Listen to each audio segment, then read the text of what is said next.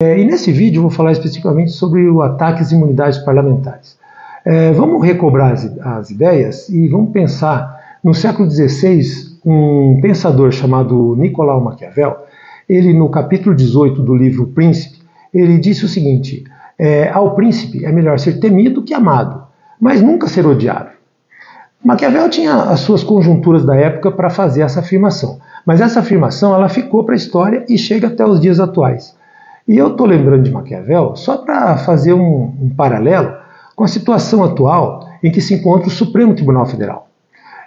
Porque o Supremo Tribunal Federal hoje se diz um órgão político. Se é um órgão político, ele está em curso, sim, nessa ideia de Maquiavel, porque se você está na política, sem dúvida alguma, tem que sim obedecer questões políticas.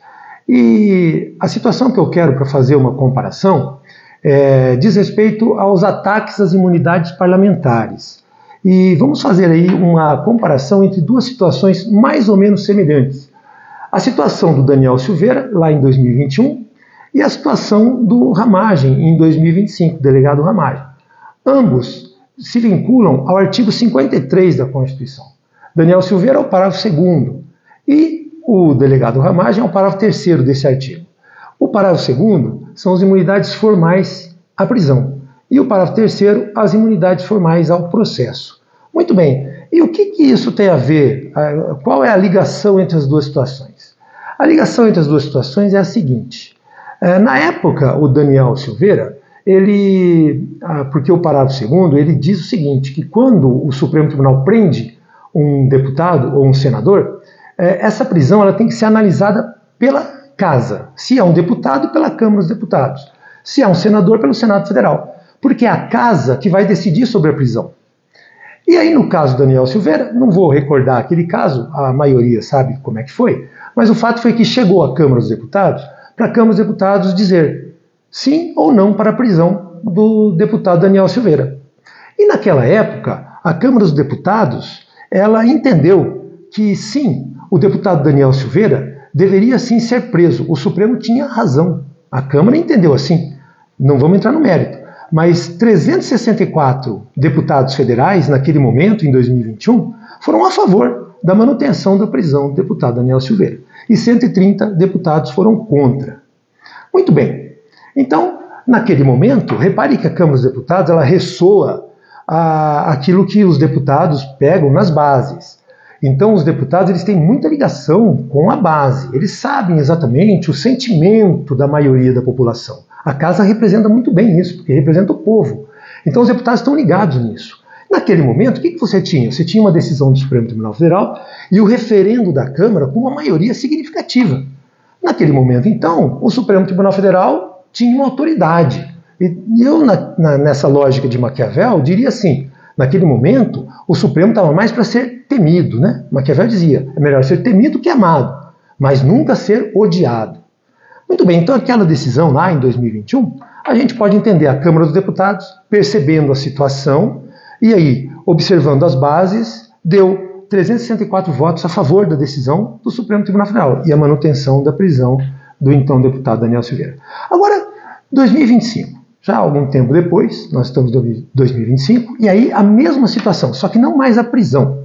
A imunidade do parágrafo 3º é a chamada imunidade formal ao processo, que é mais ou menos o seguinte: quando um deputado ou um senador tem contra si um processo instaurado no Supremo Tribunal Federal, a Câmara dos Deputados ou o Senado, dependendo de onde está o parlamentar, ela pode, por um pedido de um partido representado na Casa, decidir sobre esse processo, ou seja, decidir sobre se o processo vai continuar ou não.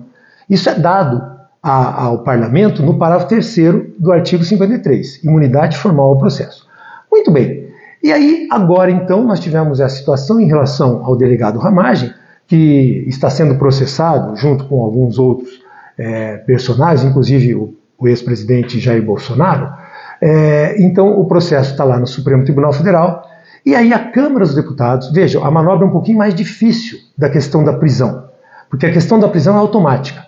Nesse caso aqui, então os deputados, algum partido presente na Câmara dos Deputados tem que fazer um requerimento e pedir o quê? A suspensão do andamento do processo contra o deputado. E isso foi feito pelo PL e então a Câmara dos Deputados teve que analisar isso, e aí o que eu gostaria que você observasse é exatamente a mudança significativa de maiorias. Em relação ao Daniel Silveira, nós tivemos 364 votos dizendo assim, mantém-se a prisão dele. Hoje, né, nessa semana que passou aí, nós temos 315 votos dizendo o seguinte, olha, Supremo Tribunal Federal, suspenda o processo em face do deputado delegado Ramagem. E por que eu estou dizendo isso? Eu estou dizendo isso porque os deputados, eles sentem a maioria, eles sentem o povo. E, obviamente, há uma percepção significativa de que a sociedade ela está numa outra direção. E o Supremo, então, que era temido no caso do Daniel Silveira, hoje eu vou começar a caminhar na direção contrária. Por que eu estou dizendo isso? Porque no dia em que foi votado na Câmara dos Deputados essa questão do delegado Ramagem, muitos deputados, aqueles que são oposicionistas, estavam contentes, dizendo o seguinte, olha, o processo será suspenso, inclusive em relação ao presidente Bolsonaro. E eu percebia também, observando os deputados do governo, que eles estavam irritados, extremamente irritados, dizendo o seguinte, não, isso não pode acontecer, é uma afronta. Mas veja, todos os deputados, tanto os da oposição quanto os do governo, eles sabiam que essa decisão da Câmara seria discutida pelo Supremo, e o Supremo ia derrubar, como aconteceu. Então por que tão contentes estavam os deputados da oposição e tão irritados estavam os deputados do governo? Por que isso? Se sabiam que o Supremo iria, de uma certa forma, restringir a decisão da Câmara. Porque, no fundo, os deputados, eles conhecem a base. E eles sabem que a sociedade, ela mudou de direção. E ao Supremo Tribunal Federal, o que está acontecendo? Aquilo que era o ser temido, pode estar passando para o ser odiado. E isso, para o Supremo Tribunal Federal, é muito ruim. Por quê? Porque Maquiavel dizia, nunca ser odiado. Porque aquele que é odiado, com certeza, vai cair.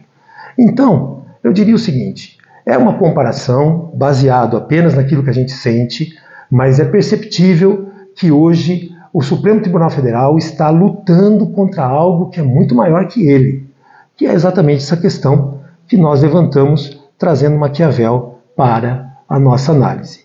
Muito obrigado, eu gostaria que esse vídeo pudesse ir para muitas pessoas, então eu conto com a sua ajuda, com a sua colaboração, dê o seu like aí, se inscreva no canal e faça o compartilhamento. Muito obrigado.